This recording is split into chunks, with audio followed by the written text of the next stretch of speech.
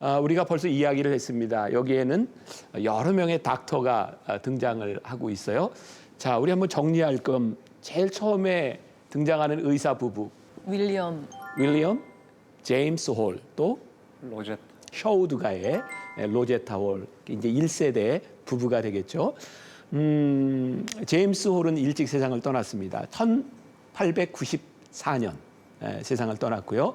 그 이후에 이제 로제타 홀이 아버지가 없는 아들을 이제 키우면서 그 아들이 의사가 됩니다. 그 아들의 이름이 셔우드 홀. 셔우드 홀은 우리나라 역사에서 결핵퇴치라고 하는 굉장히 큰 족적을 남겼던 사람이고, 셔우드 홀에게는 그가 사랑하는 아내가 하나 있었어요. 아내 이름이 메리언 홀. 메리언 홀은 외과 의사였다 그러죠. 이 책에 보면 상당히 실력 있는 의사였고, 그녀가 아이를 임신해서까지 사람들을 이렇게 수술하던 그런 장면들이 나오고 있습니다. 그리고 두 사람에 걸쳐서 프랭크가 지금 양화진에 묻혀 있는 유산되었던 그런 아들이고요. 그리고 아무 일도 하지 못했지만 가장 큰 일을 한 사람이 에디스 홀이겠죠. 로제타 홀, 그리고 그의 오빠였던 셔우드 홀의 가슴 속에 아픔, 눈물을 심어줘서 그것으로 인하여 사역이 되게 했던 그런 사람. 그러니까 우리나라 양화진에 6명의 유골이 함께 합장되어 있는 그런 가정입니다.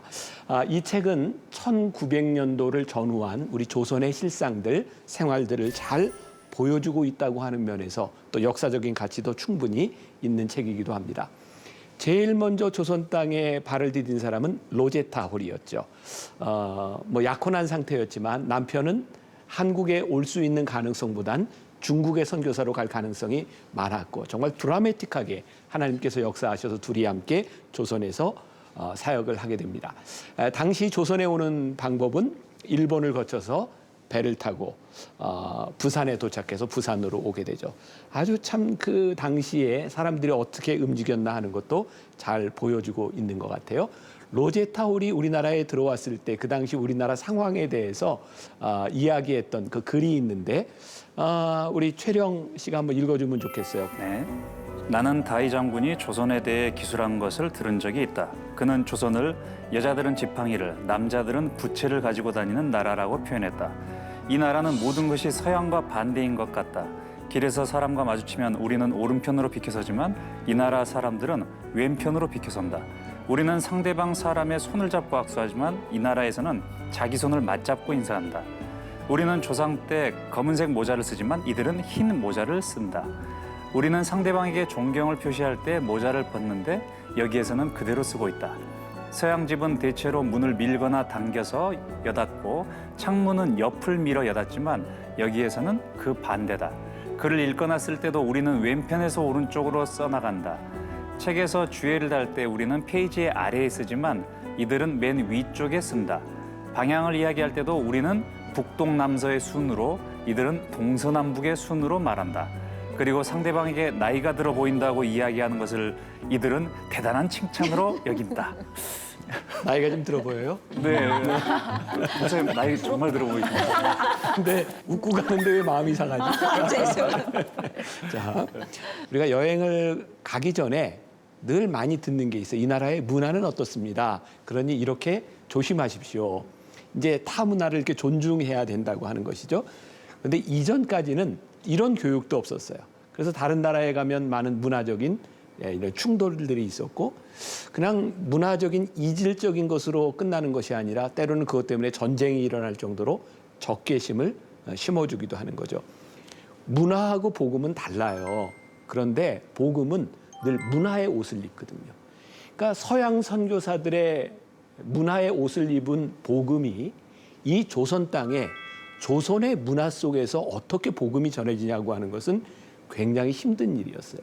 그런데 홀 일가를 보면 그 부분에 있어서 굉장히 이 문화 인류학을 그렇게 공부하지 않았음에도 불구하고 그 마음이 복음을 전하는 데 있어서 참 좋은 선교사였다. 그리고 책을 읽으면서 우리들이 느끼지만 이분들은 그런 구분을 했던 것 같아요. 틀린 것과 다른 것. 그러니까 조선에 와서 너희 틀렸어라고 이야기한 것이 아니라 너희는 달라. 사실은 이게 쉬운 말 같지만 결코 쉽지 않은 말이에요.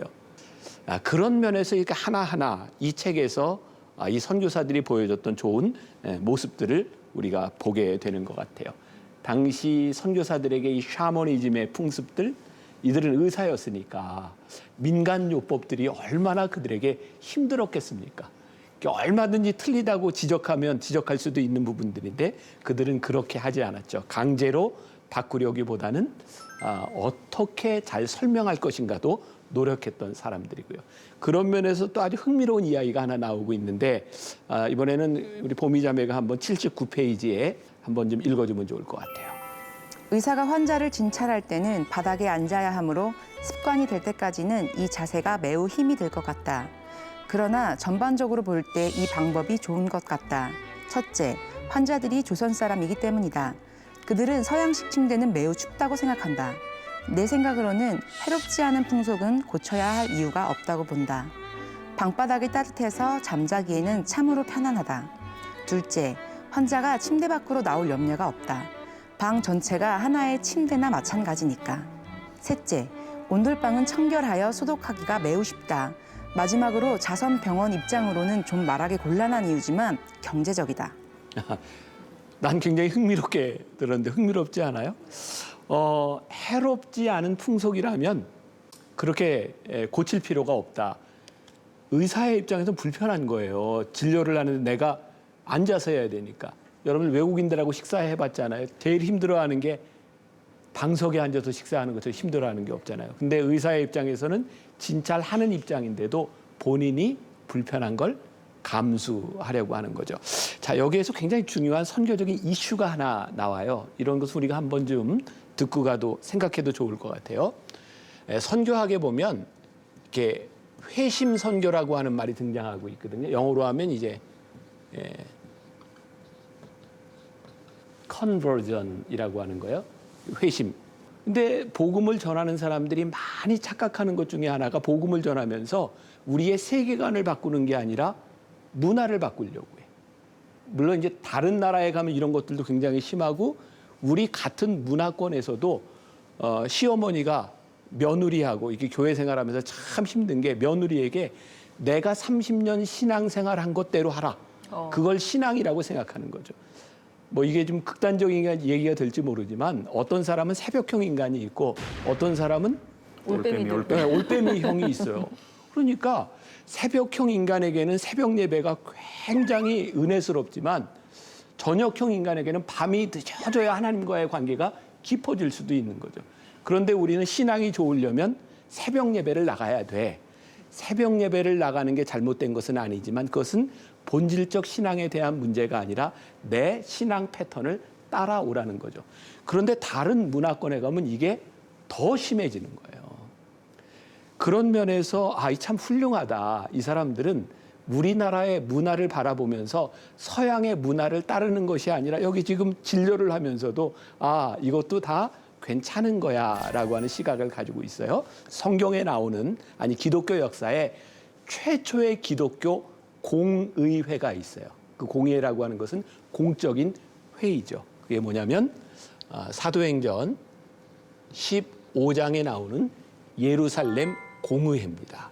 자, 예루살렘 공의회 사도행전 15장은 선교학에 있어서 굉장히 중요한 위치를 차지하고 있는 거예요. 어떤 일 때문에 공의회가 모여졌냐면 이제 사도 바울이 이방인의 선교사가 됐잖아요. 가서 복음을 전하는데 이방인들에게 복음을 전할 때 그들은 유대인이 아닌 사람들이었어요.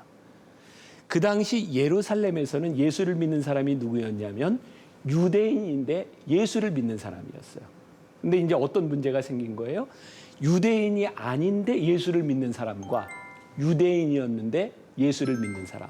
근데 유대인들에게 제일 중요한 것은 뭐냐면 하나님의 자녀라고 하는 제일 중요한 표식이 할례였잖아요. 이방인들은 할례를 받지 않았어요. 그래서 유대교 크리스찬들 중에 어떤 걸 주장하는 사람이 있었냐면 이방인이 예수를 믿으면 너희도 할례를 받아라. 다 큰 사람들한테. 굉장히 어려운 문제가 되었어요. 이게 복음의 장애가 되었던 거예요. 그래서 예루살렘 공의회에 사도 바울도 모이고 그러면서 뭐라고 얘기해요? 우리의 육신의 할례가 중요한 것이 아니라 우리들의 영적인 할례가 중요한 것이다 라고 하면서 문화적인 부분에서 수용을 하죠. 그리고 복음이 급속도로 전파되기 시작해요. 근데 만일 예루살렘 공회에서 유대인들이 그것을 고집했더라면 사도 바울이 복음을 전하는데 얼마나 힘들었을까.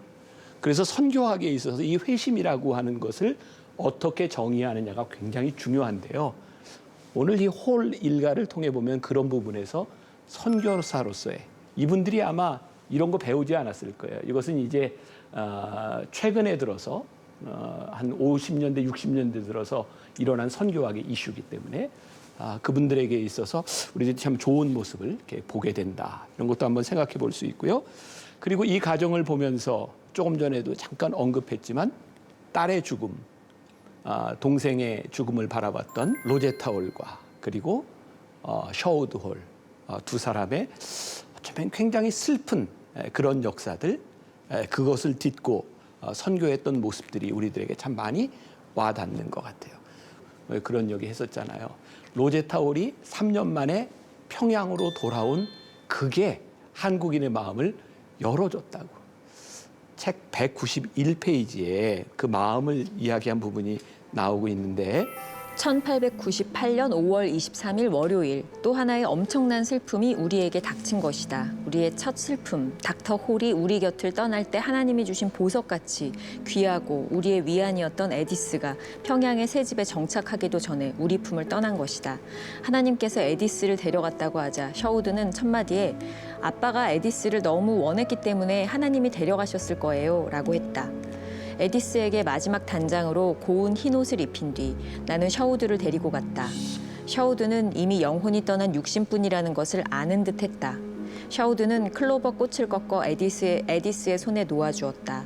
셔우드는 수줍어하는 듯하면서 이마에 키스를 했다. 장례식 뒤에도 흰색의 관에 누운 에디스와 마지막 작별을 하면서 이마에 키스를 했다. 셔우드는 그 당시 아무 말도 하지 않았으나 그 후 어떤 차가운 것을 대하면 야, 이건 상당히 찬데? 꼭 에디스의 이마같이 차구나 라고 여러 번 말하곤 했다. 셔우드홀은 오랜 동안 그 에디스에 대한 그 기억을 가지고 있었고 그것 때문에 가위가 눌리기도 하고 굉장히 무거운 그런 기억을 가지고 있었죠. 이 가정을 바라보면서 그 당시에 아펜젤로 목사님이 보냈던 편지의 뒷부분에 이런 글이 있어요. 당신의 사랑하는 딸 에디스, 그녀는 지금 자기 아빠의 품에 안겨 잠들고 있습니다. 그들은 예수님의 재림 때에 다시 일어날 것입니다. 당신 가족의 절반은 이미 하늘나라에 있습니다. 이미 남편과 딸은 하늘나라에, 로제타 홀은 아들과 둘밖에 없는 상황이었죠. 이런 상황 가운데서 이 나라의 선교사로 일했던 그런 가족의 모습을 이 책에서 또 보게 되고요. 그리고 가장 인상적이었던 마지막 부분을 하나 이야기한다면 결핵과의 싸움일 것 같아요. 405페이지에 우리 김필원 아나운서가 조금 더 읽어주세요. 네. 닥터 홀은 현실을 모르는 공상가이고 이상주의자로 보입니다. 선교사로 나온 지 이제 겨우 2년밖에 안 된 사람이 어떻게 많은 장애를 물리치고 동양을 움직일 수 있다고 생각하는 거지요? 조선 관리들도 그런 젊은 사람들의 말은 절대로 듣지 않을 거요. 우리가 충분히 제동을 걸면 그 일은 없었던 것으로 될 거요. 위원회 이름으로 그 계획을 철회시키는 것이 그래도 그를 가장 덜 실망시키는 방법입니다. 그를 위해서도 그러는 것이 좋을 겁니다. 지금 우리가 경제적으로 어떤 상황에 있는지 닥터 홀도 알고 있습니까? 이 말이 끝나자 대답이 들려왔다. 아마 닥터 홀은 하나님과 함께 있는 동안은 어떤 일도 다 이룰 수 있다고 생각하는 모양이지요. 이게 어떤 뉘앙스로 들리세요? 제가 조금- 제대로 한번 읽어볼까요? 네. 아마 닥터 홀은 하나님과 함께 있는 동안은 어떤 일도 다 이룰 수 있다고 생각하는 모양이죠. 그렇죠. 설마 약간 이걸 듣겠어? 비아냥거리는 듯한 그 말이 닥터 홀에게는 하나님의 음성처럼 들려왔던 거죠. 비아냥거리는 그 말이 하나님과 함께라면 불가능이란 없습니다. 그에게 확신을 주었고요. 당시 경제적인 부분에서도 우리나라가 이 결핵에 요양소를 짓는다든지 농장을 만든다든지 하는 것은 정말 불가능한 일이었어요. 그리고 이 당시에도 님비 현상이 있었죠. 절대로 우리 집 근처에는, 우리 집 뒤에는 이런 혐오시설이 돌아올 수 없어. 사실 외국인 그것만의 문제가 아니라 그 당시에 사람들의 생각, 이 모든 것과 싸워야 했던 이 셔우드 홀의 일은 진짜 상상할 수 없었던 일이었던 것 같아요. 자, 제가 한 가지 글만 좀 읽어드리고 오늘 이야기를 좀 마치려고 하는데 499페이지에 보면 이런 이야기가 나와요. 우리의 안식년 휴가는 거의 끝나가고 있었다. 휴식은 별로 취하지 못했으나 많은 자극을 받았다. 나는 앞으로 수행해야 할 계획을 세우게 되었고 이 계획을 실천하기 위해 빨리 조선으로 돌아가고 싶었다. 가서 공중위생 계몽과 결핵 예방 운동을 대규모로 전개하고 싶었다. 이러한 운동은 치료 자체보다는 인기가 없겠지만 중요하기는 마찬가지다. 문득 소년 때 학교에서 배운 시가 생각났다. 사람들은 절벽에서 떨어지지 않게 담을 쳐두는 일보다는 절벽에서 골짜기로 떨어진 다음 그때 입은 상처를 치료해 주는 것에 고마움을 느낀다는 내용이었다. 셔우드 홀은 어쩌면 누구도 좋아하지 않고 누구에게도 칭찬받을 수 없는 일을 옳다고 생각했기 때문에 우리 민족에게 가장 필요하다고 생각했기 때문에 혁신적인 일을 했던 사람이죠. 그들 가족이 이 땅 위에서 죽어서 썩어서 미랄이 되었던 그 열매들을 우리들이 거두고 있는 일. 그래서 한번 이 추석에 우리들이 좀 감사하는 마음으로 우리나라 사람은 아니었지만 더 우리나라 사람처럼 이 땅 위에 뼈를 묻기를 원했던 정말 우리 조상 같은 그분들을 한번 추억하는 것도 우리의 신앙에 참 유익하리라. 그리고 그들을 바라보면서 우리의 신앙을 한번 점검해 보는 것도 유익하리라 라는 생각을 하면서 오늘 이야기를 마칩니다. 목사님 고맙습니다. 네.